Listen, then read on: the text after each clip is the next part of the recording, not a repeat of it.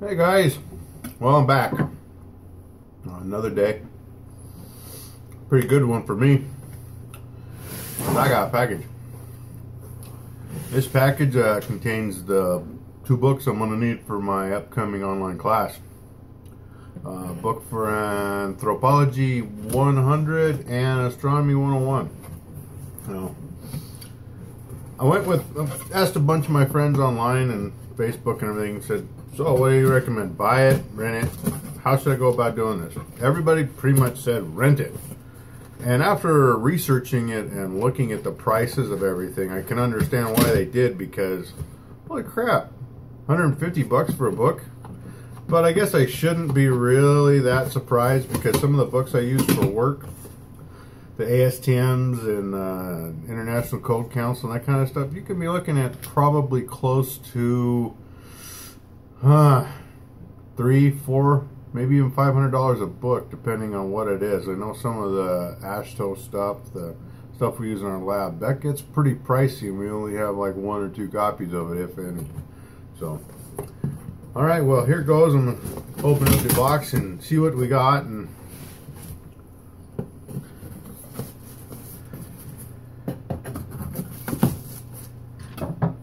kind of excited at the moment because this is the start of something new for me. So let's see, what do we got? We have Anthropology, what does it mean to be human? So for rental, it seems pretty good shape. Almost looks brand new. I'm almost surprised it's not a hardback, but here anymore hardbacks are going by the way of the dinosaur on some things. So I thought about doing the digital copy as well and doing the ebook and all that kind of stuff, but I'd still like some things. I still like the tactile feel of the book in hand, so that you know this is what you need, this, and you can flip back and forth. And just flipping through pages for me is a lot easier than an ebook on it. So, and second one, astronomy. This ought to be pretty cool. I was interested in science and astronomy when I was a kid, and one year I asked for a skateboard. My parents will probably remember this. I didn't get a skateboard. I was devastated. Want to know why? Guess what I got? A telescope.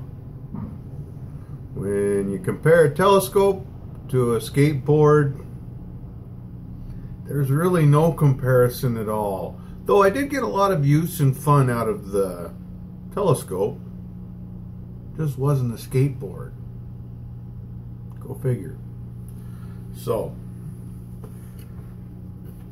the books are here, ready to start class. That'll happen on the 21st. It'll be my first day of login.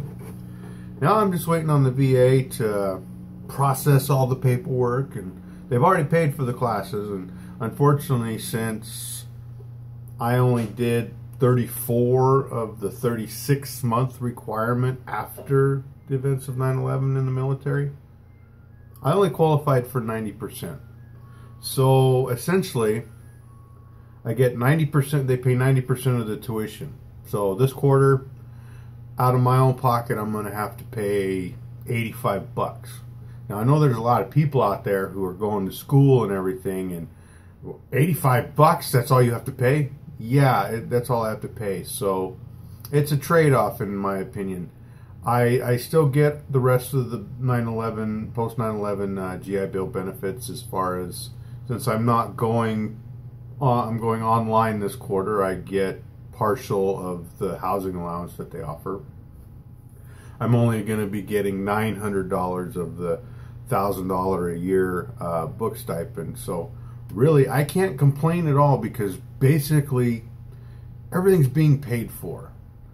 It's not at 100%, but it's better than a swift kick in the ass and going for student loans and Pell Grants and all that kind of stuff, which I have been advised by the college VA office to pursue to help offset any costs that might come up. But at this point, the money I'm going to have to put out for this is a drop in the bucket compared to other people, and it's a benefit of having served in the military, and I will not complain about having to put a little bit of my money in with the tax money that you all have put in so that I may partake of this benefit to go to school and better myself.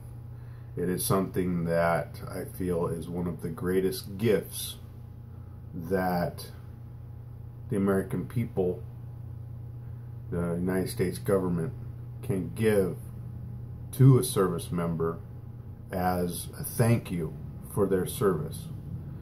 Granted, the VA is not the greatest, never really has been. There's a saying, love the soldier, forget the vet. And unfortunately, I think that's the way some things are going. But all that aside, I'm excited. I'm ready to go. The only thing I have to worry about right now is how to set up my computer. Because I have a laptop that's running Windows 7. It's an older one. It's probably about 4 or 5 years old, and most of us know in the tech world and computers and stuff, that's ancient. Now, the desktop I have, this goes back to 2006. And in tech world, that is like getting something out of the Jurassic period. So, yes, it's still running XP. I never upped it to Vista or 7 or 8 or 10. At this point, I'm toying with the idea of possibly putting it towards Windows 10.